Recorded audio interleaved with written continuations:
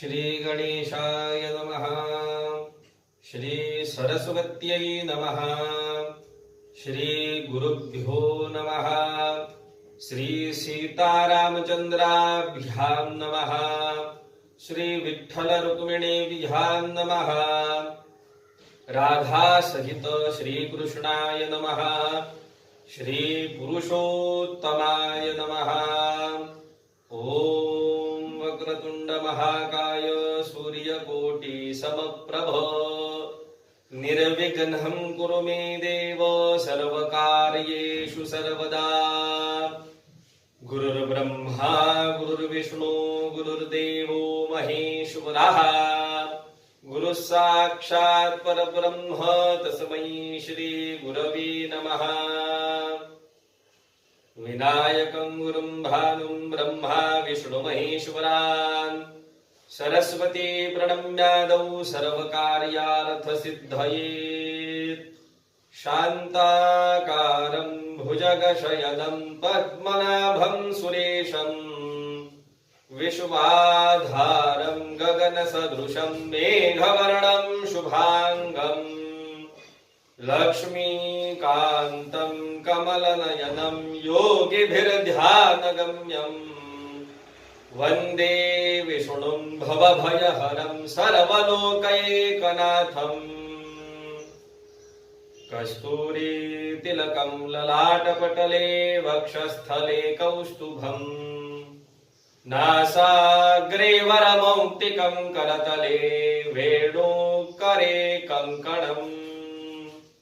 सर्वाङ्गे हरिचन्दनं सुललितं कण्ठे च मुक्तावली। गोपस्त्रीपरिवेष्टितो विजयते गोपालचूडामणि। वंशी विभूषितकरा नवनीरदाभा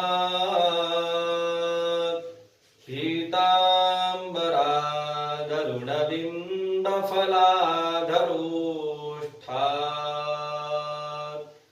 पूर्णेन्दु सुंदर मुखादरबिंदु नेत्रा। कृष्णात् परं किमपि तत्त्वमहं न जाने।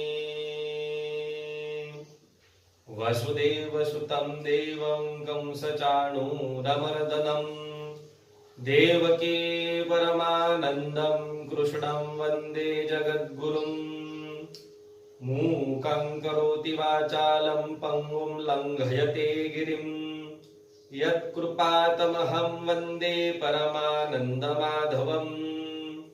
कृष्णाय वासुदेवाय हरये परमात्मने प्रणतः क्लेशनाशाय गोविन्दाय नमो नमः।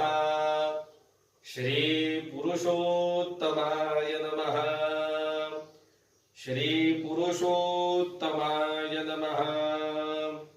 श्री पुरुषोत्तमाय नमः। नमस्कार मंडळी, काल आपण 13व्या अध्यायाचं पारायण पूर्ण केलेलं होतं आणि 13व्या अध्यायामध्ये आपण काल काय बघितलं तर दीप प्रज्वलन करणे किंवा त्या दिव्याचं व्रताचरण महिन्याभर करणे केल्याने काय पुण्य आहे आणि न केल्याने काय पुण्य आहे किंवा काय फळ आहे. समजा कोणी करत असेल तर त्याला आपण जाऊन त्रास देणे त्याने काय फलित प्राप्त होतात हे सुशीला आणि विमला या दोघींच्या माध्यमातून काल आपण बघितलेलं आहे. आज आपण 14व्या अध्यायाचं पारायण करणार आहोत आणि त्या कथेमध्ये काय आपल्याला श्रवण करायला मिळणार आहे किंवा वाचायला मिळणार आहे किंवा पठण करायला मिळणार आहे ते आपण बघणार आहोत. तर चला मंडळी आरंभ करूया अधिक मास महात्म्य या महाग्रंथातील अध्याय 14वा. श्री गणेशाय नमः. इंदिरा म्हणे हो वनमाळी तुम्ही दीपाची कथा कथिली परीमदिच्छा नाही पुरले तरी आणि सांगा पा ऐशी रमेची ऐकून वैखरी. श्री विष्णू म्हणे गे सुंदरी पुरुषोत्तम मासा माझारी यथोक्त दीप करीती जे तयांची सर्व पापे लोपती इह परत्रे सुख पावती एतदर्थ आणिक तुझ प्रती इतिहास सांगतो तरी करी एकाग्र चित्त पूर्वी सौभाग्य नाम नगरात चित्रबाहू नामे विख्यात राजा असता जाहला तो शूर वीर सत्य प्रतिज्ञ स्वदारा निरत महाप्राज्ञ दीनदयाळू सर्वधर्मज्ञ अति उदार सुलक्षणी शील रूपादि गुण संपन्न पशुपुत्र धन समृद्धिमान पुत्रवत्पाळी प्रजाजन इच्छे कल्याण सर्वांचे शांत दांत भगवत भक्त पुराण कथा ऐके सतत श्रीकृष्णा वासुनी दैवत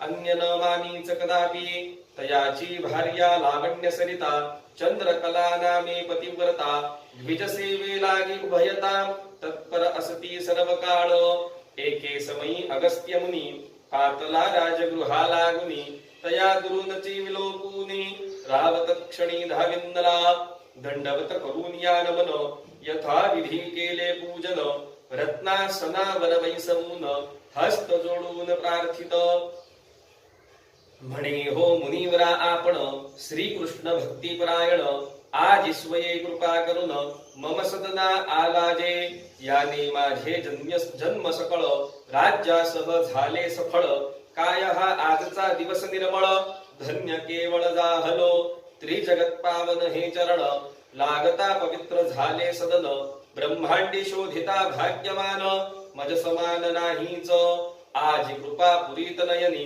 विलोकिले ती मज लागुनी ह्याने सकळ पापासुनी मुक्त झालो साचारो आता म्या हे राज्य संपूर्ण तुम्हा लागी केले अर्पण तुम्ही महावैष्णव ब्राह्मण म्हणून सर्व अर्पिलेसे आजी म्या तुम्हा लागी काही अदेय ऐसे नाहीच नाही वैष्णवजना देता स्वल्पही कनकाद्री तुल्य होय पै अहो जो वैष्णव द्विजा लागून अन्न किंवा काही व्यंजन अणुमात्र ही दी धल्या वाचून रिता दिवस दवडितो तयाचा तो दिवस निष्फळ ऐसे बोलती वेदज्ञ निर्मळ विष्णू भक्त द्विजते सकळ पूज्य असती सर्वदा तयांची संभावना अनुदिनी वाङ्मनः काय कर्मांनी करावी ऐसे गर्गादि मुनी मज लागूनी कथिलेसे द्विजति तुके सर्व ही श्रेष्ठ तथा विद्यात वैष्णव वरिष्ठ म्हणून इतरांपेक्षे स्पष्ट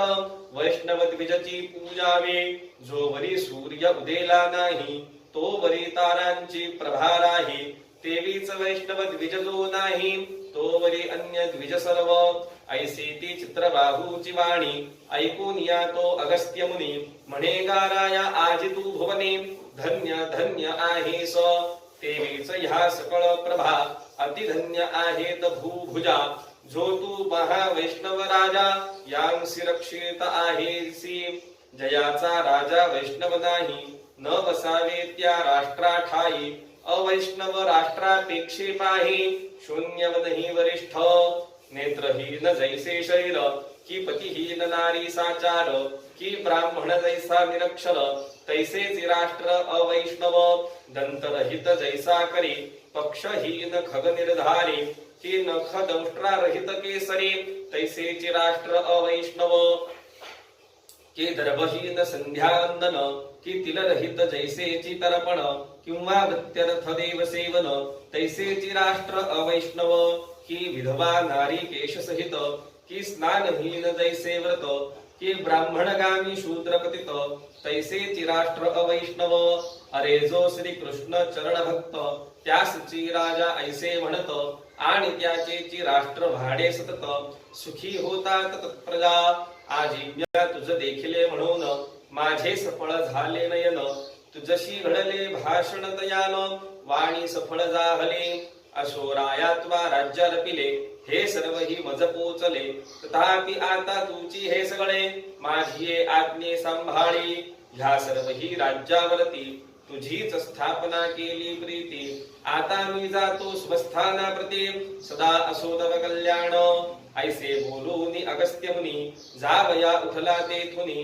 तव त्या रायाची पट्टराणी चंद्रकला तेथे पातली तिने अनन्य भक्ती भावेसी नमस्कार केला त्या मुनीसी तै तो अगस्त्य मुनी दियेसी शुभवचनेसी बोलत हे कल्याणी तुझ जन्मभर अवैधव्य असो निरंतर स्वपती लागे सदा सादर भक्ती भावे भजे तू गोपीजन वल्लभाविषयी दृढ भक्ती वसो तव हृदयी त्रिजगामादी सतिया ठाई प्रमुख होई तू एक ऐसा आशीर्वाद दे मुनिवर तव तो चित्रबाहू राजेश्वर जोडून या उभय कर तया सादर विनवी की अहो मुनिवरा आपण करस्थामन कवत संपूर्ण भूत भविष्यादी जाणता म्हणून ऐसा हा प्रश्न करिता आहे ही अखंडित लक्ष्मी विपुल अकंटक राज्य सफळ आणि पतिव्रता पत्नी निर्मळ हे मज कैशी लाभले म्या काय केले पुण्याचरण ते मज सांगा विवरून शरणागताचे समाधान करा दयाळा सत्वर ऐसे राये प्रार्थिता क्षणी मुनिवर्य समाधी लागुनी अंतरी सकळ वृत्त जाणुनी राया लागुनी बोलत राया तुझे प्राक्तन चरित समाधी माझी देखिले समस्त ते तुझा आता साधियंत सांगतो ऐके साक्षेपे अरे तू पूर्वजन्मा माझारी चमत्कार नामक नगरी मणिग्रीव नामे दुराचारी शूद्र जाती होतास तेव्हा तेथे तू दिवस रात असंख्य जीव हिंसा करीत परदारा गमनी सतत रममाण असूनिया नास्तिक्य आणि कृतघ्नपण हेची सर्वदा स्वीकारून शिष्टाचार सर्व सोडून औद्धत्ये वर्तत होतास आणि ही चंद्रकला तव जाया पूर्वजन्मी ही तुझीच भार्या सुंदरी नामे गुणवती आर्या पतिव्रता होती पै काया वाचा मने करून पती सेवी रात्रंदिन संकटी ही धैर्य धरून शुभधर्माचरण करीतसे भ्रताराचे वर्तन दुष्ट परित्यावर नभे कदा रुष्ट तयासी जे का असे इष्ट तेच सदा आचरे ऐसी ती सुंदरी सद्गुण खाणी परी तो मणिग्रीव दुष्ट म्हणोनी तयाच्या बंधू ज्ञातिजनांनी त्याग केला तयाचा बृहदपळ राये कोपू निमळे तयाचे सर्व द्रव्य हरिले यत किंचित जे का उरले तेही घेतले ज्ञातींनी ऐसे जाता द्रव्य समस्त तया धने इच्छा झाली बहुत सकळ जन तिरस्कारित मुख न पाहात कोणीही तो मणिग्रीव महापापी अकिंचन झाला तथापि तद्भार्या सती कदापि तया सोडून जाईना मग तो तियेसी सवे घेऊनी प्रवेशला निर्जनवनी नाना विधी जीव मारुनी उदर पोषण करीतसे ऐसा तो मणिग्रीव सतत वना माझी स्वस्त्री सहित दुर्वृत्ते असता वर्तत काळ बहुत लूटला पुढे एकदा मृगये लागून प्रवेशला घोरकान्न हाती घेऊनी धनुर्बाण मृगटेळीत फिरत आहे तो उग्रदेव नामे तापसी चालला असता प्रयागासी मार्ग चुकोनी त्या वनासी अकस्मात पावला पुढे मार्ग दिसेना त्याला 2 प्रहर दिवस झाला क्षुधा तृषांनी व्याकुळ झाला उदक कोठे मिळेना चालता थकले दोन्ही चरण वरती तापे चंड किरण कासा वीस झाले प्राण मूर्छा येऊन पडियेला तो मणिग्रीव मृगटेळीत तये स्थळी पातला अवचित विप्रासी पाहून या मूर्छित दये अत्यंत कळवळला हर हर देवा काय हे म्हणून विप्र उचलीला तेथून हळूच स्वाश्रमी नेमून अंगणा माझी ठेविला सवेच पाचारुनी प्रियेसी दंपती लागली विप्रसेवेसी वारंवार तदीय नेत्रासी शीतळोदक लावित उभी राहुनी पार्श्व भागी कमळपत्री वारित वेगी शीतळ मृणाले उत्तमांगी पुनः पुनः ठेवित ऐसे त्रिविध शीतोपचार चालविता मुहूर्त भर तो उग्रदेव द्विजवर सचेतन जाहला उघडून या दोन्ही नयन चहूकडे पाहे विलोकून तव ते स्थलांतर देखून बहुआश्चर्य जाहले आणि विचारित अंतःकरणी मी आज होतो कवणीवनी येथे मज आणिले कोणी काय हे आहे अद्भुत ऐसे चिंतित उठोनी बैसला तो मणिग्रीव पुढे पातला हस्त जोडून उग्रदेवाला म्हणे सावध झाला की आता कृपा की जे मजवरी येथे आहे शीतळ वारी तेथे स्नान करोनी सत्वरे नित्य कर्म सारावे नंतर करोनी फलाहार यथेच्छ प्यावे शीतळ नीर मग वैसोनी मुहूर्त भर विश्रांती घ्यावी सुखाने भय न धरावे अंतरात मी रक्षिता आहे सांप्रत मज संगे चलावे त्वरित दयाळी प्रसाद कीजिये ते दयाचे ऐकून वचन उग्रदेव उठला तत्क्षण मणिग्रीवे हस्त धरून सरोवर तीरी पोचविला ते महावट वृक्षाखाली क्षण मात्र विश्रांती घेतली तदनंतर सरोवर जळे यथोक्त स्नान सारिले आणि सारुनिया नित्यान्निक यथेच्छ प्राशिले शीतोदक पुनश्च तीरी येऊनी देख वटछायेसी बैसला तव मणिग्रीव सुवस्त्रीप्रत म्हणे गे प्रिये आश्रमात कंदमूळ फळे बहुत आणून ठेवली आहेत जे त्यातील पाहुनी मधुर मधुर घेऊन या येई सत्वर मुनिवर्य आहे क्षुधातुर उशीर फार लावू नये ते पतीचे ऐकून वचन सुंदरी आनंदे गेली तत्क्षण कंदमूळ फळे आणून विप्रापुढे ठेविले मग जोडून या दोन्ही हस्त मणिग्रीव म्हणे विप्राप्रत मुनींद्रा ही भक्षुनी समस्त आम्हा कृतार्थ कीजिये आजी आम्हा तारावयासी आले ती मम आश्रमासी आमुचे सर्व पापांचे राशी भवत दर्शने लोपले ते मणिग्रीवाचे ऐकून वचन उग्रदेव म्हणे रे तू कवण आहे सीते मज लागून आज निवेदी सकळिक जात्यादी ठाऊके नाही जियाचे विप्रेद भक्षावे काही तियाचे ऐसे सकळ विद्वज्जनांचे सांगणे असे साक्षेपे ऐसे विप्राचे ऐकून वचन मणिग्रीव सांगे तया लागून मुने मी मणिग्रीवा विधान शूद्र असे साचार मी दुष्टाचारे व्रते अनुदिनी यास्तव सर्व ज्ञातिजनांनी मत परित्याग केला म्हणून येथे येऊन राहिलोसे ऐसे शूद्राचे ऐकून वचन उग्रदेव पावला समाधान कंदमूळ फळे प्रक्षाळून भक्षावया लागला सुपक्वचूत फळे रुचिक त्याहूनही कंदमुळे अधिक आतृप्ते भक्षून या सकळिक त्यावर उदक प्राशिले क्षुतृषांची झाली शांती समाधान वाटले चित्ती मग हात फिरवित पोटावरती वटछायेसी पहुडला तव मणिग्रीवे काय केले स्वांकी मुनीचे चरण घेतले स्वकरी हळूच चुरीत वहिले प्रश्न करीत तयासी म्हणे हो मुनींद्रा आपण कोठे करीत होता गमन ह्या निर्जनवनी आगमन काय म्हणून जाहले हे कानन अत्यंत घोर येथे न मिळे कोठे नीर सर्वत्र वसती जंतु क्रूर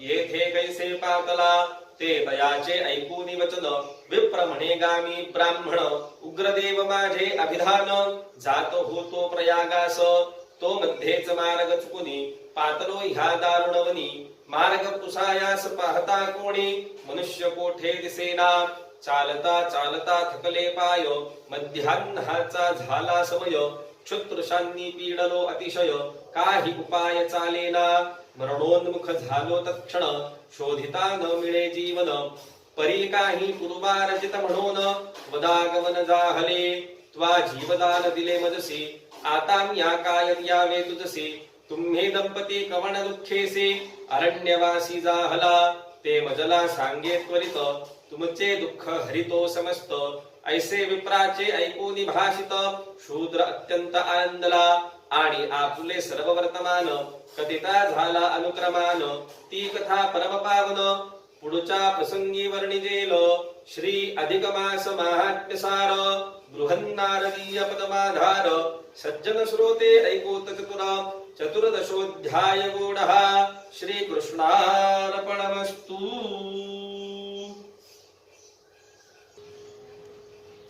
अशा तऱ्हेने आपण 14व्या अध्यायाचं पठण पूर्ण केलेलं आहे।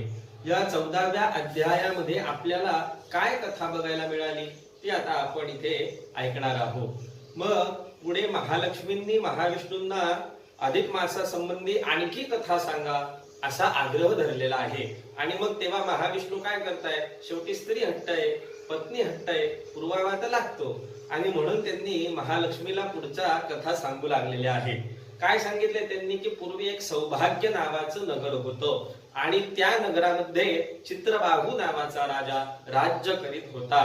तो अतिशय शूरवीर होता, अतिशय धार्मिक होता आणि अतिशय कृष्ण भक्त होता. एके दिवशी अगस्त्य ऋषी त्यांच्याकडे आलेले होते आणि मग राजाने म्हणजे चित्रबाहूने काय केलेलं आहे की त्यांचं महा सत्कार केलेला आहे. त्यांचा यथायोग्य सत्कार करून त्यांना रत्न सिंहासनावरती स्थापन केलेलं आहे, म्हणजे बसवलेलं आहे. त्यांचं पाद्यपूजन केलेलं आहे आणि अशा तऱ्हेने त्यांचं उत्तम स्वागत करून त्यांची याने स्तुती देखील केलेली आहे. आणि माझं हे जे काही संपूर्ण राज्य आहे हे सगळं तुमचंच आहे आणि म्हणून मी ते तुम्हाला दान देऊ इच्छितो, असं या चित्रबाहूने अगस्त्य ऋषींना सांगितलेलं आहे. आणि अगस्त्य ऋषी देखील त्यावरती अत्यंत प्रसन्न झालेले आहे. आणि त्या प्रसन्न झाल्यामुळे त्यांनी राजाला काय सांगितलं की अरे हे तर ठीक आहे की हे सगळं तू मला देशील, पण मग याचं मला काही गरज नाही व आणि आवश्यकताही नाही आणि मी कुठे हे राज्य सगळं सांभाळणार आहे. त्यापेक्षा हे सगळं राज्य तुझ्याचकडे असू दे. तू अतिशय नीतीने आणि धार्मिकपणाने शुद्ध आचरणाने हे राज्य चालवित आहे. अशाच तऱ्हेने या राज्याचा तू उदरनिर्वाह सांभाळ. अशा तऱ्हेने अगस्त्य ऋषींनी त्या राजाला पुन्हा ते राज्य परत देऊन टाकलेलं आहे. तेवढ्यात राजाची जी पत्नी होती तिचं नाव होतं चंद्रकला, ती देखील तिथे आलेली आहे आणि तिने देखील अगस्त्य ऋषींची पूजा केलेली आहे, त्यांना नमस्कार केलेला आहे. आणि त्या अगस्त्य ऋषींनी दोघांनाही कृष्ण भक्ती करत राहा असा आशीर्वाद त्यांना दिलेला आहे. मग चित्रबाहूला मनामध्ये एक शंका होती आणि मग तो ती शंका त्या ऋषीवर्यांना विचारू लागलेला आहे. तो काय म्हणाला आहे की हे ऋषीवर्य, मला हे राज्य वैभव, ही संपत्ती, ही सुशील पत्नी ही आम्हाला कुठून मिळाली, कशी प्राप्त झाली, हे सर्व आपण आम्हाला सांगा. माझे कोणतं पूर्व पुण्य सफळ झालं ते मला सांगा. आणि मग अगस्त्य ऋषी त्याला काय म्हणू लागलेले आहे की मला तुझा पूर्वजन्म बघितला पाहिजे. हे सगळं मी तुला सांगू शकतो, पण त्याच्यासाठी मला तुझा पूर्वजन्म बघितला पाहिजे. आणि म्हणून लगेचच अगस्त्य ऋषी तिथे ध्यानाला बसलेले आहे, समाधी लावलेली आहे आणि प्राणायाम करू लागलेले आहे. आणि हळूहळू हळूहळू ते आता समाधीमध्ये ध्यानस्थ झालेले आहे. जसं जसं त्यांना राजाचा पूर्वजन्म दिसू लागलेला आहे तसं तसं ते इथे राजाला त्या गोष्टी सांगू लागलेले आहे. मग अगस्त्य ऋषींनी काय सुरुवात केली की चित्रबाहू राजा हा पूर्वी मणिग्रीव नावाचा शूद्र मनुष्य होता, बरोबर. आणि मग चमत्कार नावाच्या नगरामध्ये तो मनुष्य राहत होता. आता ऋषीवर्य हे सगळं त्या त्या चित्रबाहू राजाला सांगू लागलेले आहे. मग ते त्याला काय म्हणताय की तू पूर्वी मणिग्रीव नावाचा एक शूद्र मनुष्य होता आणि तू अत्यंत दुराचारी होता. सर्व प्रकारची पाप तू केलेली होती. त्यावेळी चंद्रकला ही जी तुझी आता पत्नी आहे त्यावेळी ही तुझीच पत्नी होती आणि तिचं नाव सुंदरा असं तिचं नाव होतं.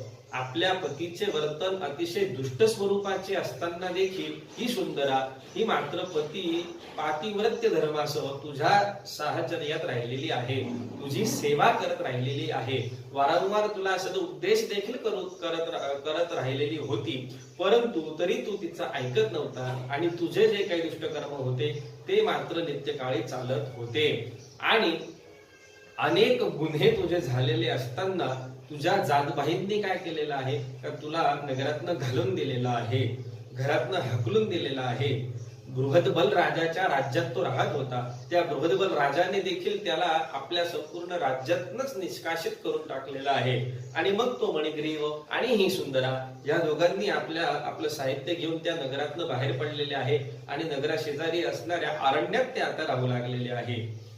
त्या अरण्यात राहत असताना तो काय करायचा की प्राण्यांना मारणे, प्राणी भक्षण करणे, वाट सुरू जर कोणी त्याला भेटला तर त्याला लुटणे, लुटमार करणे, अशा तऱ्हेचे, त्याच्यानंतर चोरी इत्यादी करणे, दरोडा घालणे, अशा तऱ्हेचे दुष्टकर्म त्याचे चालूच आहे.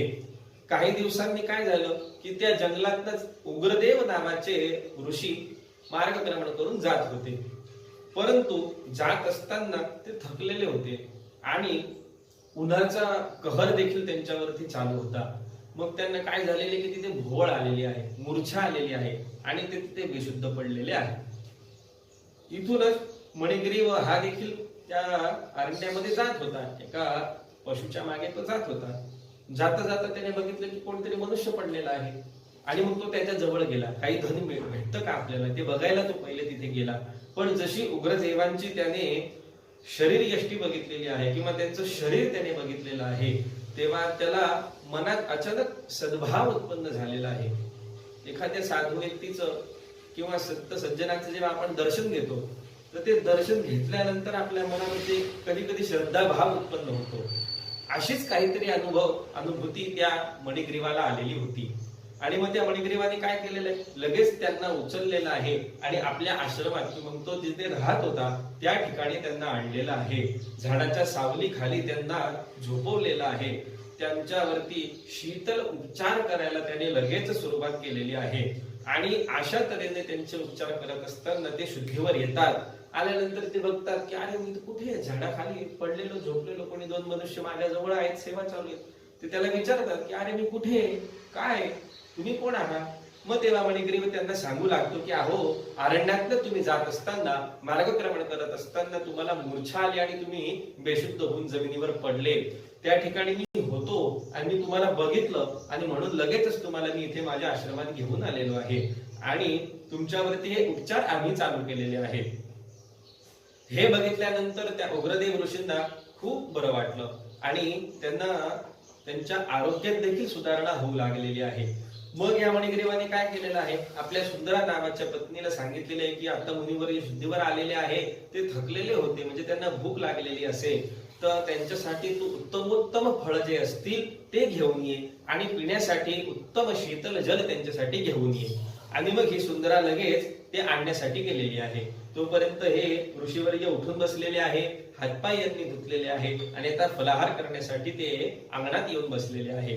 सुंदराने लगेचच छान उत्तम मोठी गोड रसाळ अशी फळं त्यांच्या समोर आणून ठेवलेली आहे. शीतल जल त्यांच्या पिण्यासाठी तिथे आणून ठेवलेलं आहे. आणि मग त्या उग्रदेव ऋषींनी फलाहार घेतलेला आहे, जलप्राशन केलेला आहे.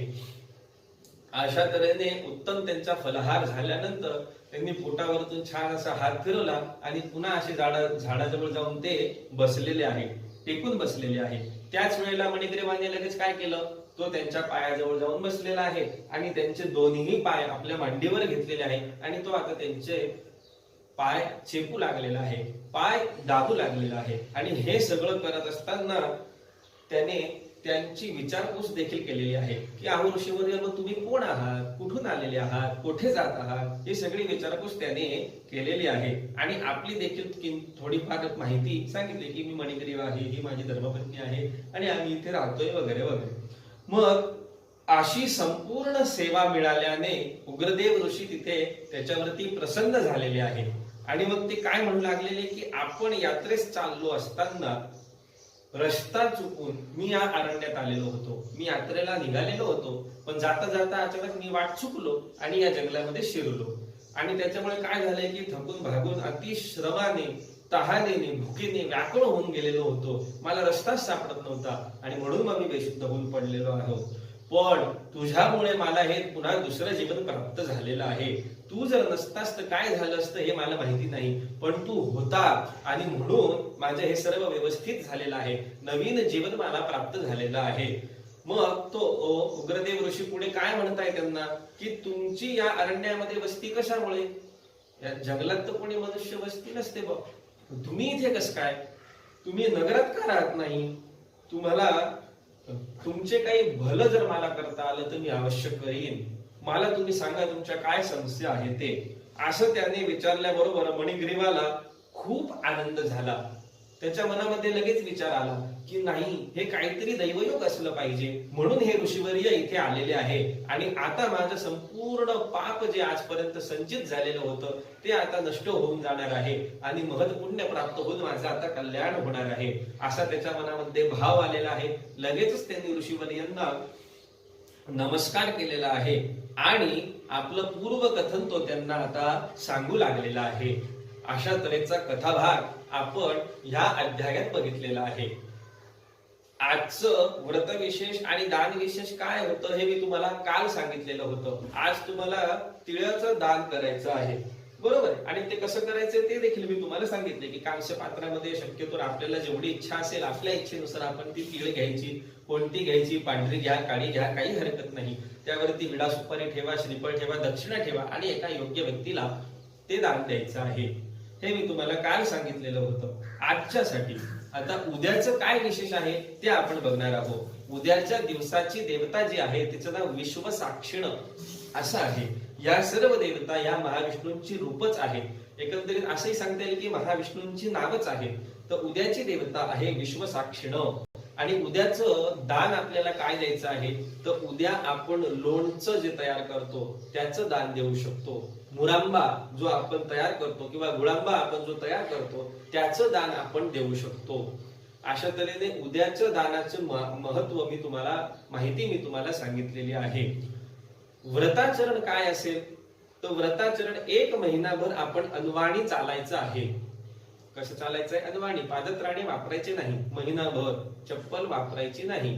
आणि महिना पूर्ती झाल्यानंतर एका गरीब व्यक्तीला ज्याच्याकडे चप्पल घेण्याची सुद्धा ऐपत नाही आहे किंवा पैसे नाही आहे अशा गरीब व्यक्तीला आपण चप्पलांच्या दुकानात घेऊन जायचं आहे. त्याच्या मापाची त्याला आवडेल अशी एक योग्य चप्पलेचा जोड त्याला घेऊन तो दान द्यायचा आहे. अशा तऱ्हेचं एक उत्तम व्रत आपण करू शकतो ज्याने गरिबाची सेवा केल्याने एक महत्पुण्य आपल्या पदरी पडू शकतं. उद्याच्या दानात आपल्याला लोणचं आणि मुरांबा किंवा गुळांबा हे असणार आहे. हे मात्र आपण तयारीनिशी असावं. आता उद्या आपण 15व्या अध्यायाचं पठण करणार आहोत. तोपर्यंत आपल्या सर्वांना नमस्कार.